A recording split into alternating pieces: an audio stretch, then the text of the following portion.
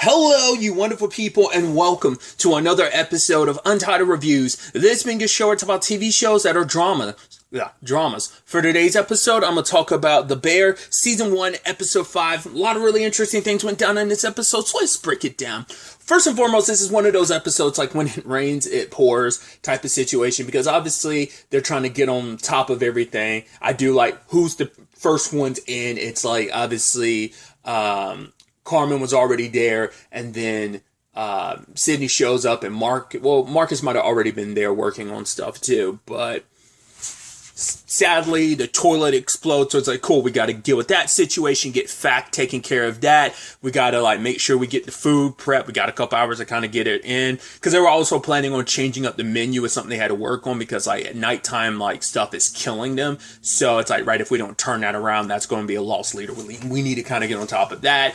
Marcus ended up falling behind on the cakes because he's so busy working on other stuff that it's like, man, like he like tried to like bake the cakes as fast as he can, so he ended up pushing the machine too much, which ended up blowing a fuse, and they lost all their light and power, except for like the kitchen still had power. But then later on, it's like, cool, the gas line's off too.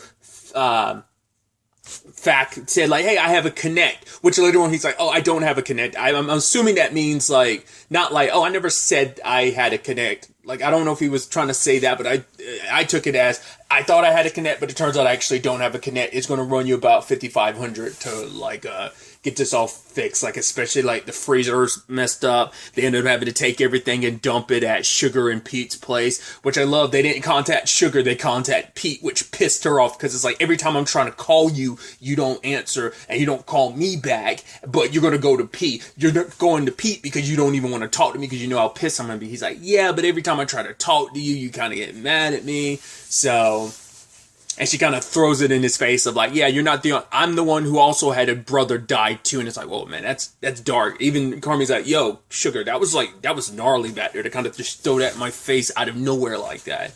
But it's the thing of, yeah, I'm still processing and I'm still dealing with it. Don't act like you're the only one dealing with it. Like, I lost a brother too, and I don't want to basically lose another brother, like, when we should be together. Once again, still fresh enough wound. It's only been a couple months. And it's still fresh enough wound that she's, you know, it's like, what she would want is to be able to be with her brother, to be able to kind of, because we don't know what it's like with her and her mom either. So we don't know if, like, I mean, it seems like out of anyone, she stays relatively, like, in the connect with their mom. I don't know if Carmen's even visited or really been around her since Michael died, since he kind of took over the restaurant. I mean, that's also Sugar's point too, of like, you're only at the restaurant all the time, you never, but she kind of, but I mean, it's the sibling things you do. You fight about stupid stuff. I mean, not even stupid stuff. This is important stuff, but it's like all kind of gets washed under the bridge the moment she finds out he's going to Al-Anon meetings, and she's like, oh, you're going? And he's like, yeah. She's like, all right, want to fight tomorrow? Because it's like, yeah, I get your stress. Everything going on is like, you only call me when you're stressed or when you need something.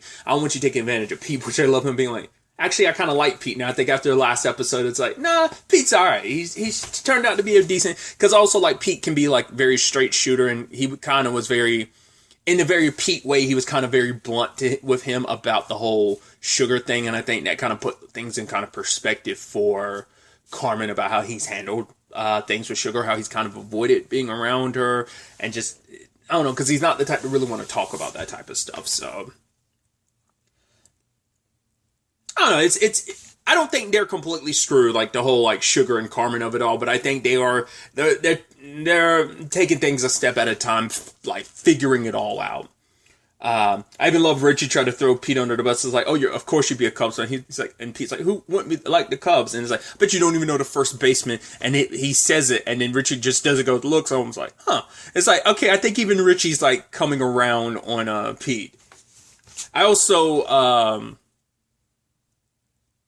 I guess that whole Matei thing is like, right, that, who knows what that exactly, where that originates from, but that's, I guess, fucking, Richie's like thing of like, hey, like it's your way of saying, it's waving the white flag. I surrender, I give up. I even love at one point Sweets was like, yo, do I need to break this up? And Fact's like, yes. And Richie's like, no. It's like, I guess it has to be a unanimous, like, how like when there's always going to probably be one person that's like, no.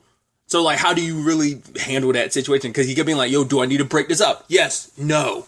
So, And they're like tussling everywhere. It's interesting too because Fack actually wanted to be. He's like, "Yo, like, what could I do to be a cook here?" Because Carmen's trying to hire more staff because they're making a little more complicated dishes because they're changing up the menu a little bit. And once again, it's just like everyone's kind of flowing with it to doing their thing. Even like especially after last episode, the whole Tina of it all. I thought it was kind of neat. And it's like, oh, and I guess she was preparing something. And it's like, oh, when did Mike show you? It's like, was my mom going full psycho? And she's like, yeah, it wasn't calm, but the food was delicious. And you tell, once again, it's just like every time Michael comes up, it just kind of like, it is kind of like this trigger for him. Like you could see him just like tapping like the spoon on his hand of just like,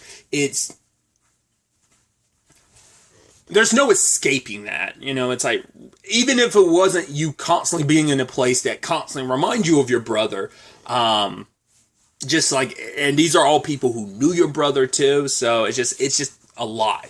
It's always going to be there. It's ever going to be ever present, and I don't know if it's like, is that the most healthy thing to do?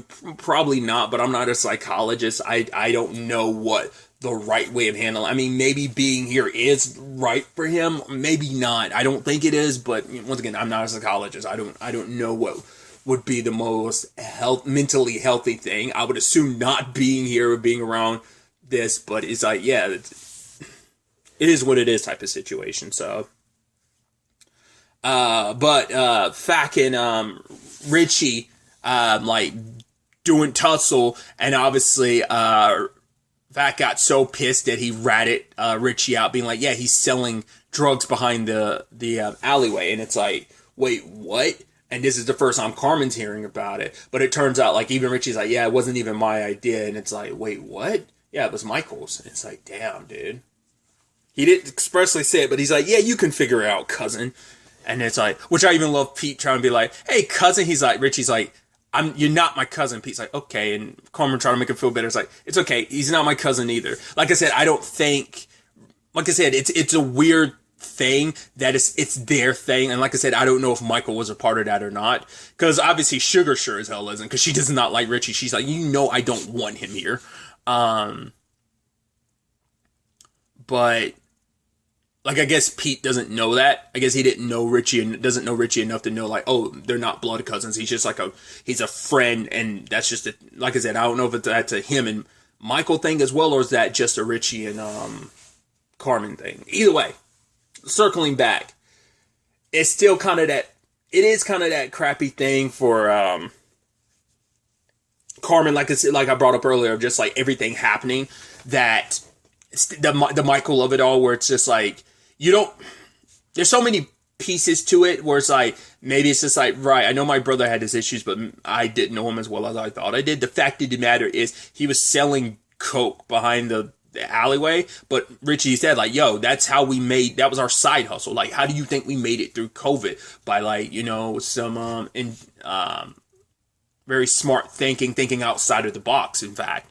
And so part of me wonders, like, anytime there's anything drug related, how much of that is just Carmen being like, thinking how much of this was related to Richie's issues. Like, I mean, not Richie's issue. Well, Richie probably definitely has his own issues, but so I guess that's what he was getting from Nico. Maybe he isn't getting high off his own supply type of situation, because I thought he was buying drugs off of Nico just for the sake of getting high. Maybe he's buying drugs off of Nico to sell, because maybe that's their distributor. Which, once again, we know that Michael was cooking the books. We learned that, like, what episode 3, maybe? I think we learned that. So we don't know if, like, maybe he was cooking the books and taking that extra money and buying drugs or what. We never really found out why the books were off the way they were. But maybe that's what that is. I don't know. But the problem is, later on, with everything kind of going sideways like it is, like getting the condenser for the freezer like they need, like I said, it's going to run in 5,500. So they have to turn to Richie. It's like, okay, you have to, like, all right, sell Coke this one time. And so it's like, all right, I got you. But I also love, it's like, right, Fack has to say Matei. And it's like, you didn't win. He's like, but this is me winning. It's like, Jesus, Richie, you're such a petty mother effer. But it's like, okay, Matei. And it's like, okay, cool.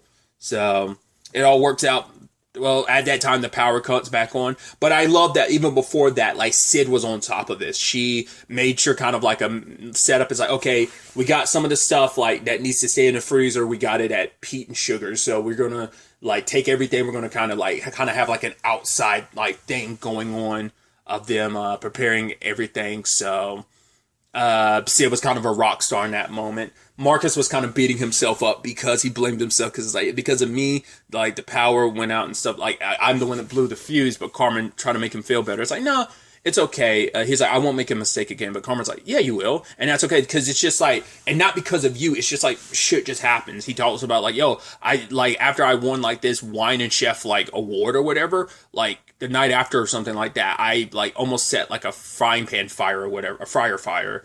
And there's like that minute where you're like, honestly, if I just let this entire place burn down, there goes all of my stress, but then you put the fire out. So it's like, right, you messed up this one time. All you can do is like, are you going to sit over here and have a pity party? Or are you about ready to join this party? So, like I said, well-oiled machine. And like I said, Sid, doing the leading, the charges to sue and stuff, really kind of came through. And we're learning a little bit about Sid in this regard. Obviously, we got that little bits at the beginning of like before she left home. And she ends up talking to Carmen about it. She used to run a catering thing. It was kind of her own business because it's like, right, she's going through the chef system of just like, right, having someone screaming and yelling. She was like, I'm not about to have all that. I thought I could do it on my own, but the whole situation completely and utterly fucked her credit. So like she couldn't get a loan, as we kind of saw like an email she got on like a phone, like it's just a quick, like, 2 shots you see it of, like, yeah, she was denied a loan, so she couldn't actually have a store, so she had to build, like, she couldn't have a brick and mortar, so she had to do it out of her garage, which was stupid. Like, it just, the whole situation ended up imploding in her face. I think that's extra reason why she's here, probably because, like, this is a place she knows things can be different, because I don't want the typical system of how things work. Because now, especially with her and Carmen, they're sharing ideas, like, things are flowing way differently than they would be in the more traditional